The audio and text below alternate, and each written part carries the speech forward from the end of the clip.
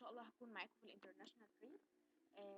مبدئيا انا هدي introduction. المفروض انتوا كنتوا عارفين ان ماده الماني اند بانكينج بتتقسم لجزئين، ماني جزء خاص بالبنوك والبورصه الاموال، والجزء الثاني خاص بالانترناشونال تريد اللي هي التجاره الدوليه، او بمعنى اصح الانترناشونال ايكونومكس اللي هو الاقتصاد الدولي. طبعا احنا بقالنا السنه اللي فاتت عرفنا ايه اهم مشكله بتواجه الاقتصاد اللي هي scarcity of resource اللي هي ندره الموارد، فبالتالي ادى الى عدم قدره الكونتري انها ما تقدرش تنتج لوحدها.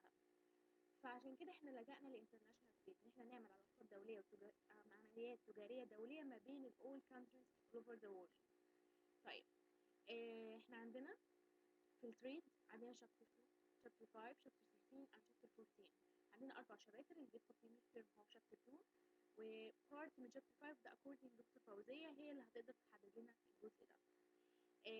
الانترناشونال تريد is extremely different عن الماني، مالناش دعوه، دي اكنها مادتين منفصلين عن بعض زي السنه اللي فاتت، المايكرو ايكونومكس والماكرو ايكونومكس. طيب احنا هنبتدي بشابتر 2 Introduction. First we should know that we have a big problem in our society. احنا عندنا مشكلة كبيرة جدا بتواجه المجتمع that we have a limited resources. احنا عندنا ندرة الموارد. So when we studied before at economic resources and macroeconomic analysis, we didn't reach to a good way to solve the problem of non-satisfaction to the customers. يعني احنا من خلال دراستنا الايكونوميك ريسورسز اللي هو السمستر الاولاني اللي هي الموارد الاقتصاديه والاقتصاد الجزئي والاقتصاد الكلي، من خلال الدراسه دي ما قدرناش نوصل لحل معين عشان خاطر نلبي رغبات الانسان. Because of that we study now the international trade. عشان كده احنا بدأنا نلجأ او احنا ككانتري بدأت تلجأ للعمليات التجاريه الدوليه. This chapter will give for us an overview about some of theories that search for a solution to these problems so making benefit from trade. الشابتر ده هندرس فيه بعض النظريات هيوضح لنا بداية يعني ايه تجارة دولية وايه شروط وقوانين التجارة الدولية وابتدت امتى ومين اللي اخترع العمليات التجارية، وبيوضح لنا أهمية وجود العمليات التجارية دي انها كحل للمشكلة الاقتصادية بتاعت اللي هي limited of resources. أول فيو عندي أو أول نظرية اسمهم الميرشنتاليزم فيو اللي هم العمليات اللي هم التجاريين. الهيستوري بتاعها they are a group of men wrote an essay on international trade they know as a mercantilism at 17th and 18th century. بدأت العمليات أو مفهوم النظام التجاري عندي ابتدى يظهر في القرن ال17 والقرن ال18. البوينت اوف ويلث من وجهة نظرهم إن سر قوة أي country you must have a precious stock of metal. لازم يكون عندهم جزء من المعدن and silver and gold. أي بلد هم مجتمعين إن أي بلد سر قوتها ونجاحها وغنائها rich must be rich and powerful طول ما هي عندها silver and gold، عندها معدن فضة والذهب. البوينت اوف جين نقطة الربح they believe the way for a nation to become rich and powerful must have a silver goal based on export and import. هما يكسبوا ازاي؟ عن طريق عملية الاستيراد والتصدير. طيب الميرشنتاليزم ابتدوا في القرن 17 18 زي ما قلنا، والبوينت اوف سر غنى وقوة أي بلد بيعتمد على وجود precious stock of metal. لازم يكون في بعض القطع من المعادن الذهب والفضة، وإن هما يعتمدوا برضو على الإكسبورت والإمبورت. جت الرول اوف ذا جفرمنت، جت الحكومة وقالت لهم قالت لهم انتوا بتعملوا اكسبورت اند امبورت you must، حطت لهم كنترول، اتحكمت في العملية دي، حطت لهم رول قانون it must reduce the amount of import and increase export. قللي الكمية اللي بتستورديها وزودي اللي بتصدريه. طيب اللعبة دي زيرو سام جيم، يعني لعبة خاسرة. ليه؟ قانون التريد يا جماعة ان احنا يكون فيه mutual benefits، يعني الفايدة تعوم على ال two countries. اي تريد بيكون between two countries، بلدين او دولتين. فال two countries must have a mutual benefit، يعني على قد ما انت هتاخدي انا هاخد، انت هتاخدي مني مثلا 100 يونت انا هاخد 100 يونت وهكذا. طب هو بيقول لي قللي الكميه اللي انت بتستورديها، يعني خدي 50 وودي لهم 100، يبقى كده لعبه خاسره، واحد كسبان والتاني خسران. فبالتالي قانون التريد هنا ما ينفعش ان هو يتعمل. فاللعبه دي فبالتالي نظريه التجاريين عليها كريتيسيزم، عليها نقد، ما توافقش عليها عشان خاطر دور الحكومه ان هي قالت لهم الاكسبورت اكبر من الامبورت. طيب جينا النظريه الثانيه بتاعت ادم سميث. ادم سميث عندي قال لي ابتدى economics and as an organizing science can be said to have originated with the public in 1776 of the US nation by Adam Smith. بدأت نظرية آدم سميث تظهر في إنجلاند وإسبان وفرنسا في 1776. آدم سميث من وجهة نظره إن سر قوة ونجاح أي بلد عن طريق استخدام الجي دي بي، يعني نشوف قيمة المنتجات والخدمات رأس مال الدولة ككل أو البلد ككل. لو رأس مالها بتاعها عالي يبقى كده البلد في حالة ورث، لو رأس مالها أو الجي دي بي بتاعها قليل يبقى البلد في حالة poverty، في حالة فقر. وبرضو اعتماد وقوة أي بلد بتعتمد على وجود الهيومن برودكتيفيتي، بيعتمد على إجمالي إنتاجية الشخص ذات نفسه. طيب البوينت اوف جيم، ادم سميث برضو قال احنا هنعتمد في ان هي هتكسب من خلال عمليه التريد، هنعمل برضو اكسبورت وامبورت بس عن طريق نظريه اسمها absolute advantage اللي هي الميزه المطلقه. يعني انا بتميز عندك بايه؟ to achieve الميوتشوال benefit، عشان خاطر اقدر احقق الميوتشوال benefit، الفايده اللي تعم على التو كانتريز.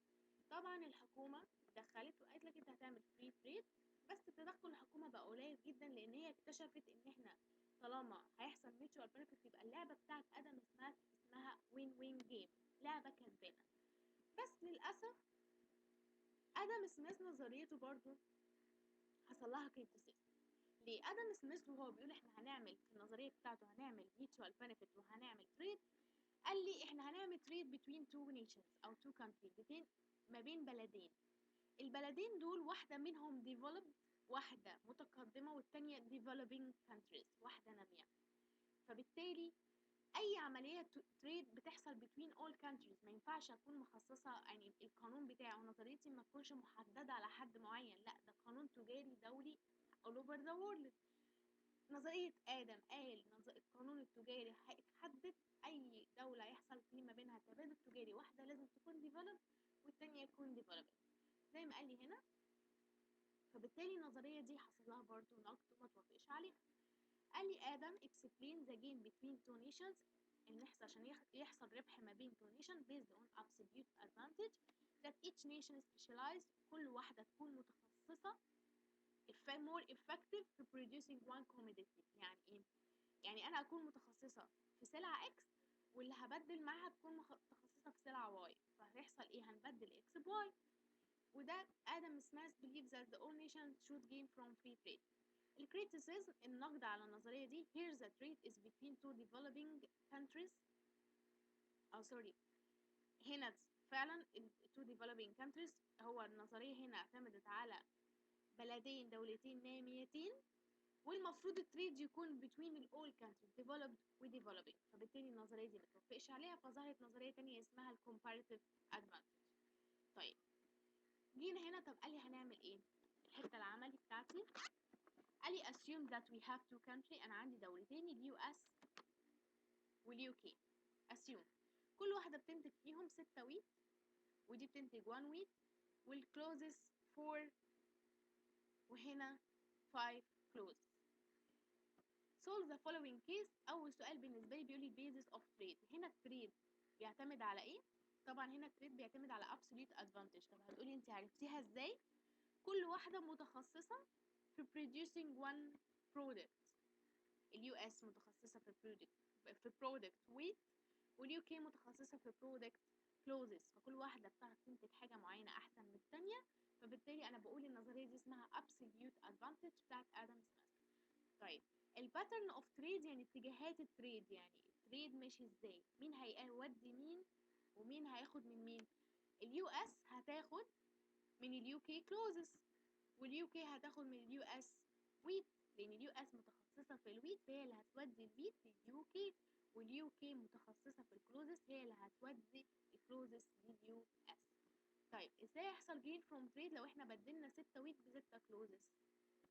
مبدئيا السؤال هنا احنا هنبدل 6 ويت ب 6 كلوزز، ازاي يحصل جين فروم تريد؟ هنبدا 6 ويت 6 ويت، مين المتخصصة في الويت؟ اليو اس. طيب اليو اس معاها كام ساعة؟ هي بتنتج في الساعة 6 ويت وبتنتج في الساعة 4 كلوزز. قانون التريد قال لي ده أول رول غير الميتشوال بنفيت، لو انت متخصصة في إنتاج منتج معين you must stop، لازم توقفي من إنتاجك المنتج التاني. طب اليو اس متخصصة في الويت فهتوقف من إنتاج الكلوز، يبقى هي كده معاها كام ساعة؟